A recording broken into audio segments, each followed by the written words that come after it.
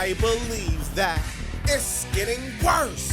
I believe that it's getting worse. I believe that it's getting worse. I believe that it's getting worse.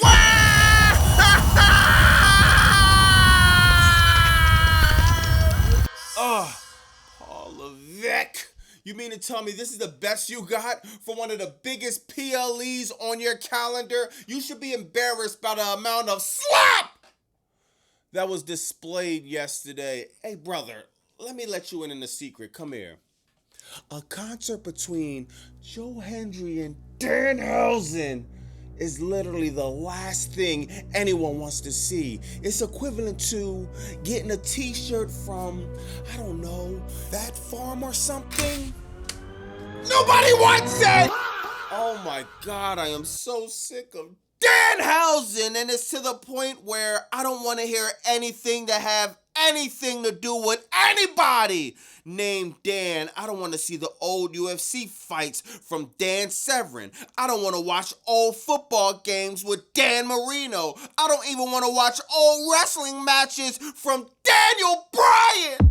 Man, the slop that was produced on yesterday's Raw was hard to comprehend once it was over. I knew Joe Hendry and Danhausen concert would suck. I just didn't know that bad. They really went the extra mile by bringing out little people and actual choreographed dancers to the show. And of course, WWE can't do anything without celebrities, so they added Ryan Garcia to the mix. Great. So I guess he's the newest member of the Judgment Day? Like, this is a joke! The constant glazing of celebrities from the Fed makes me sick. This was absolutely the worst go-home show I've ever seen for a PLE, pay-per-view, or whatever else. The writers of this program did nothing to get people excited for SummerSlam this weekend. Actually, they released the full SummerSlam card, and both night 1 and night 2 look atrocious. Sunday's supposed to be the bigger night. It's supposed to be the better show out the two,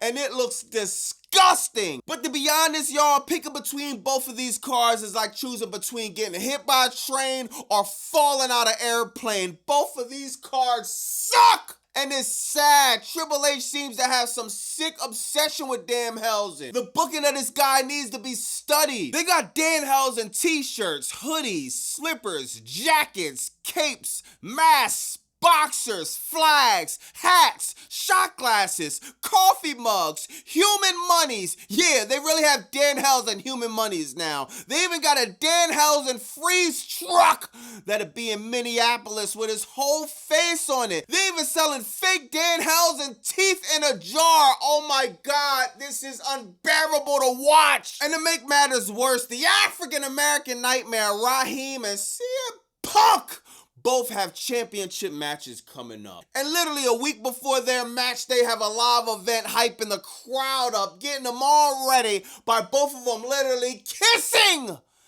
Danhausen. Dog, this is insane. You can't make this up. The Undisputed Championship is a complete joke. Its lineage is being treated like a mockery.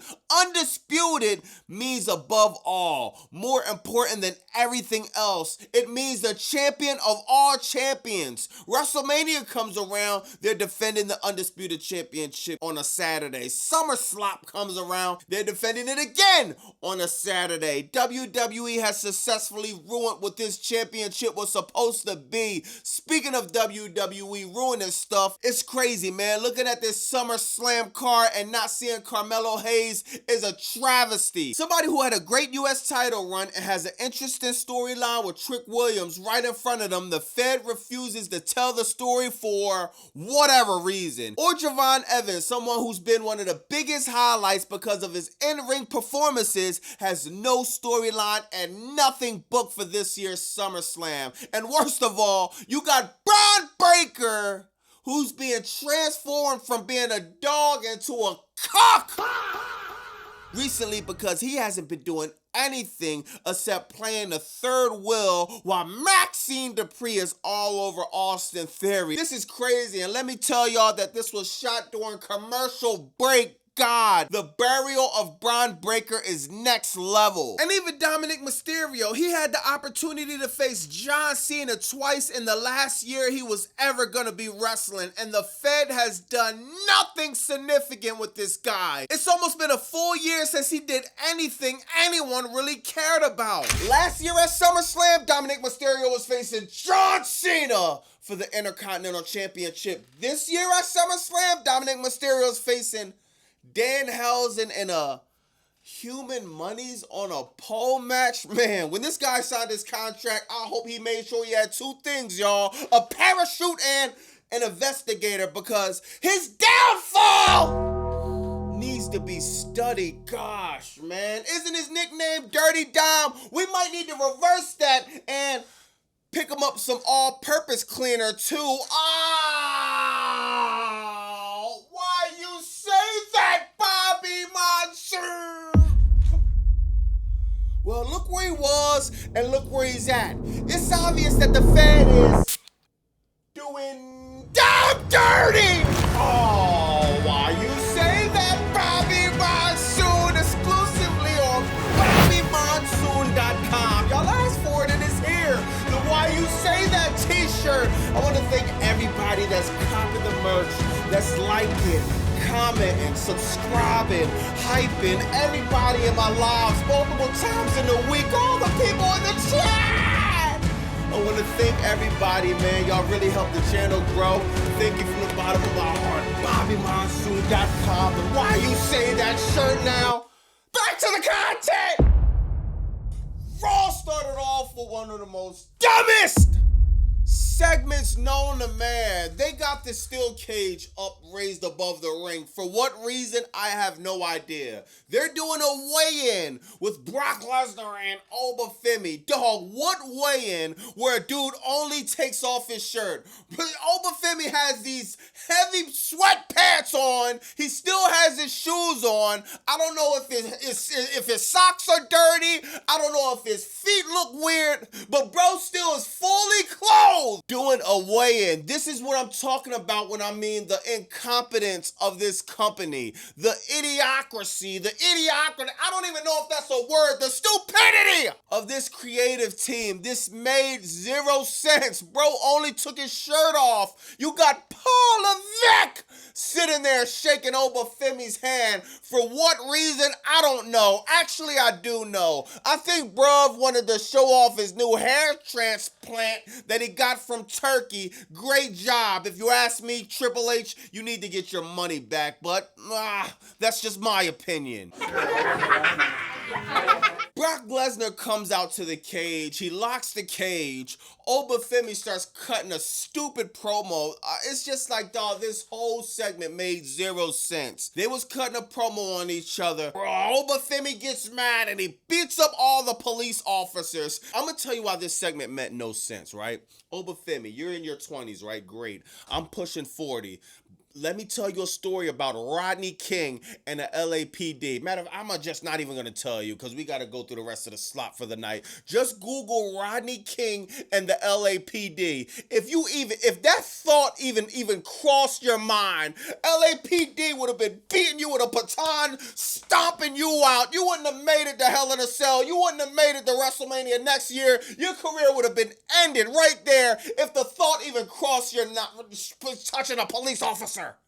Bobby Monsoon is just professional wrestling. Let it go.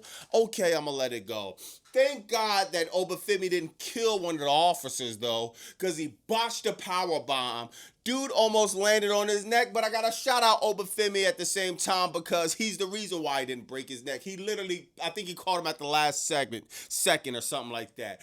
But he decided to kick him, like literally. He didn't do a wrestling kick. He punted the guy out the ring. So he saved him from a broken neck, but he might have a broken spine. Good job, Femi. Can't wait to sack Saturday, Sunday, whenever that stupid Hell in a Cell is. Next, you got Logan Paul, Austin Theory, Maxine Dupree, and Bron Breaker. Look at my man's face, dog. This is crazy, dog. Bron Breaker has been looking depressed ever since Maxine Dupree decided to give the cheeks to Austin Theory. And I ain't gonna lie, man, I can't even blame him. If I have to sit there and watch my man clap Maxine Dupree, and I can't do nothing but bark and get handed a half of a championship that means absolutely nothing, and watch my career go completely down the drain. This is insane. The beginning of the year, Bron Breaker was fighting CM Punk at the Raw Netflix premiere. He lost that match. It'd been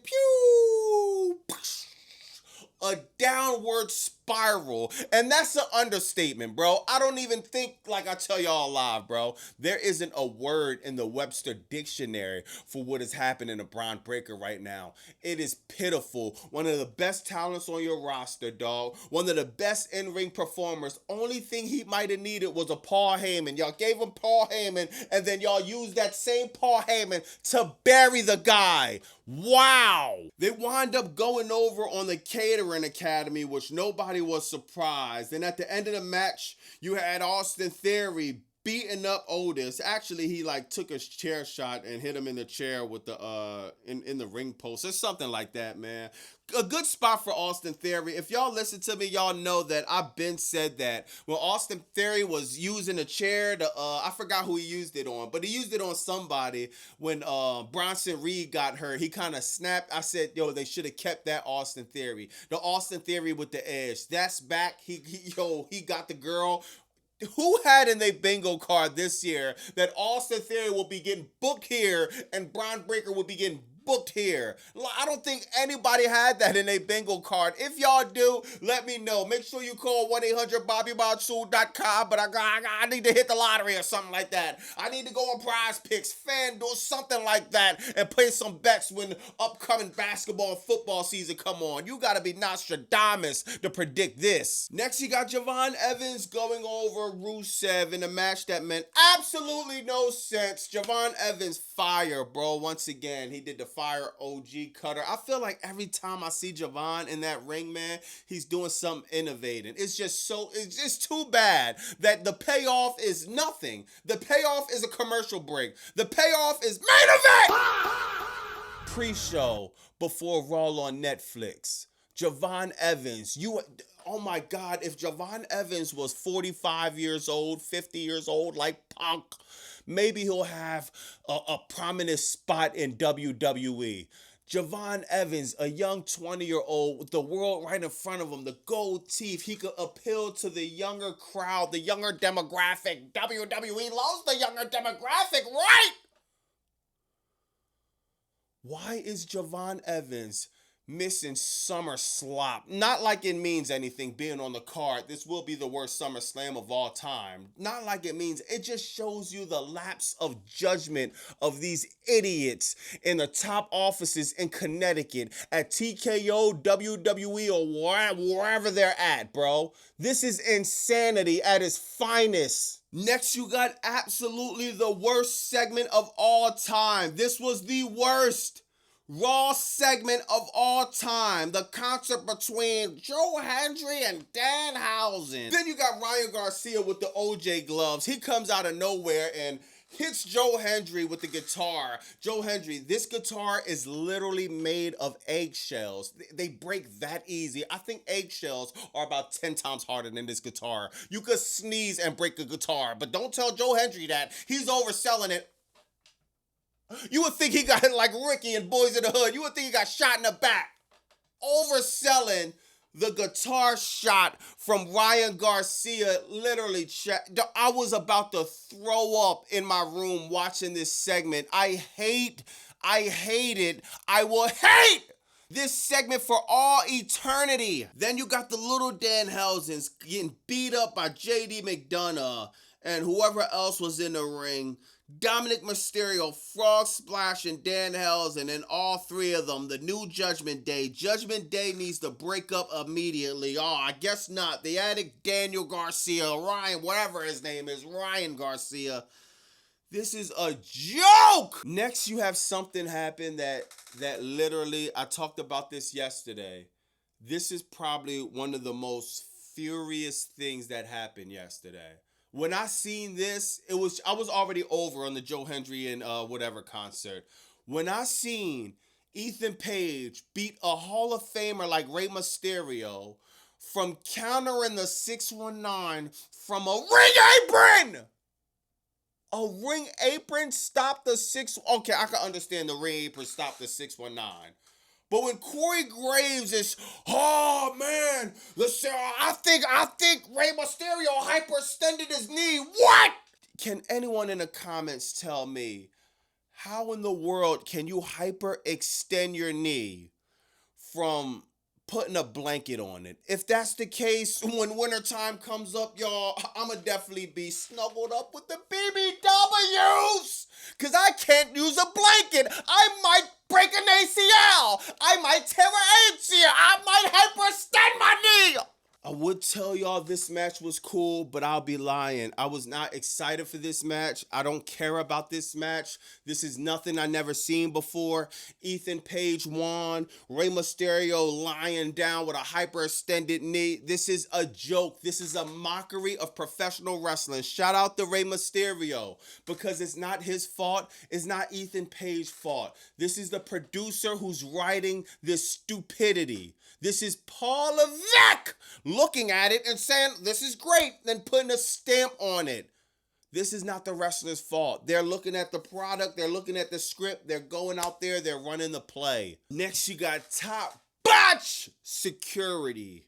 Royce Keys, Solo Sikoa, and LA Knight, the group that nobody wanted or nobody asked for. Beat up Jacob Fatu and the Usos. Spoiler alert! Spoiler alert! I wonder who's going to win the match this weekend. Dog, I will empty out my bank account, bro. It's not much in there. I got obligations. I got a lot of stuff I be needing to do. But I'll empty out the little that's in there if Jacob Fatu and the Usos don't win this weekend. If Top Botch Security actually wins this weekend.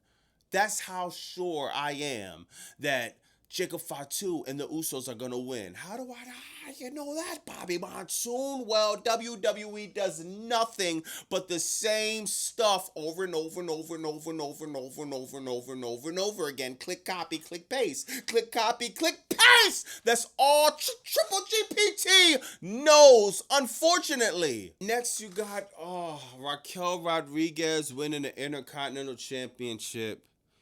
Great. This is cool, man. And y'all hear my voice. This is how I felt watching the show, chat. Just how I'm starting to get drained going over this. I'm just starting to feel depleted. That's how I felt. Y'all know I got on this camera. I got on live. I talked to people in the comments. I talked to people in the chat. I talked to people in real life of how bad of a job this company was doing by misusing Raquel Rodriguez. That was one of my biggest complaints on this show. Raquel Rodriguez is one of the most believable characters on your roster, male and female. I said it hundreds of times. Her winning the IC title finally was great. The fact remains that this was a cool thing. But when you have the level of slop we already went through, by the time Raquel Rodriguez actually wins, I'm sorry, I care less. Next, you got the funeral director, Seth Rollins, wearing all black, the Temu Undertaker, stomping Roman Reigns out. And, oh my God, why? Why? Why couldn't Seth Rollins and Roman Reigns do something different than what CM Punk and Roman Reigns did in WrestleMania? They literally did the same exact thing.